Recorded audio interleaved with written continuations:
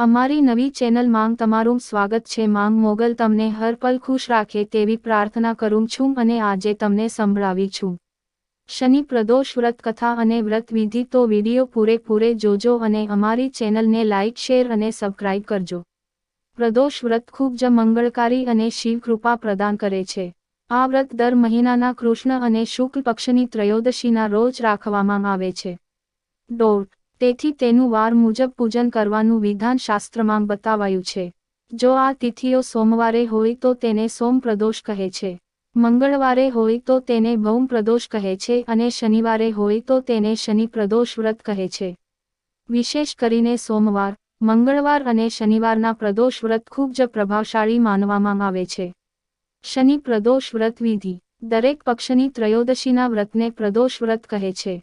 સૂર્યાસ્ત પછી રાત થતાં પહેલાનો સમય પ્રદોષકાળ કહેવાય છે। આ વ્રતમાં મહાદેવ ભોલે શંકરની પૂજા કરવામાં આવે છે। આ વ્રતમાં વ્રત કરનારે નિર્જળા વ્રત રાખવાનું હોય છે। વહેલી સવારે સ્નાન કરીને ભગવાન શિવને બેલપત્ર, ગંગાજળ, ચોખા, ધૂપ, દીપ સહિત પૂજા કરો। સાંજે ફરીથી સ્નાન કરીને આ જ રીતે શિવની પૂજા કરવી જોઈએ। આ રીતે પ્રદોષનું વ્રત કરવાથી વ્રતિને પુણ્ય મળે છે। શનિ પ્રદોષ વ્રત કથા। પ્રાચીન સમયની વાત છે। કોઈ નગરમાં એક શેઠ રહેતો હતો। તે અત્યંત દયાળુ હતા। તેમને ત્યાંથી કોઈ પણ ક્યારેય ખાલી હાથે ન જતું હતું, પરંતુ તેમને કોઈ સંતાન ન હતું, જેને કારણે તેઓ ઘણા દુઃખી હતા। એક દિવસ તેમણે તીર્થયાત્રાએ જવાનો નિર્ણય કર્યો। જેવા તેઓ નગરની બહાર નીકળ્યા હતા કે તેમણે એક વિશાળ વૃક્ષની નીચે સમાધિ લગાવી એક તેજસ્વી સાધુને જોયા। બંનેએ વિચાર્યું કે સાધુ મહારાજના આશીર્વાદ લઈ આગળ યાત્રા કરીએ।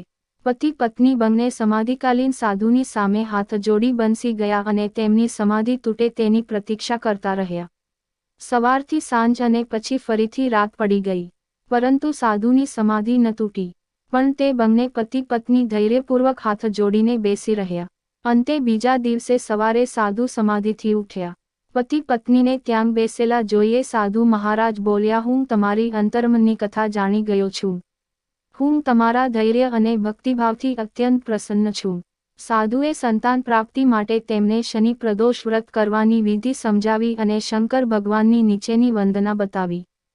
રૂદ્રદેવા શિવ નમસ્કાર, શિવ શંકર જગગુરુ નમસ્કાર, નીલકંઠ સુર નમસ્કાર, શશી મોલી ચંદ્રસુખ નમસ્કાર, ઉમકંઠ સુધી નમસ્કાર, ઉગ્રટવા રૂપમન નમસ્કાર, ઈશાન ઈશ પ્રભુ નમસ્કાર, પ્રભુ શિવ નમસ્કાર। તીર્થયાત્રા કરીને ઘરે પરત ફર્યા બાદ તેમણે નિયમપૂર્વક શનિ પ્રદોષ વ્રત કર્યા।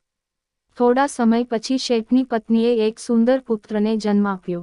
શનિ પ્રદોષ વ્રતના પ્રભાવથી તેમની ત્યાંનો અંધકાર પ્રકાશમાં બદલાઈ ગયો। જય માંગ મોગલ।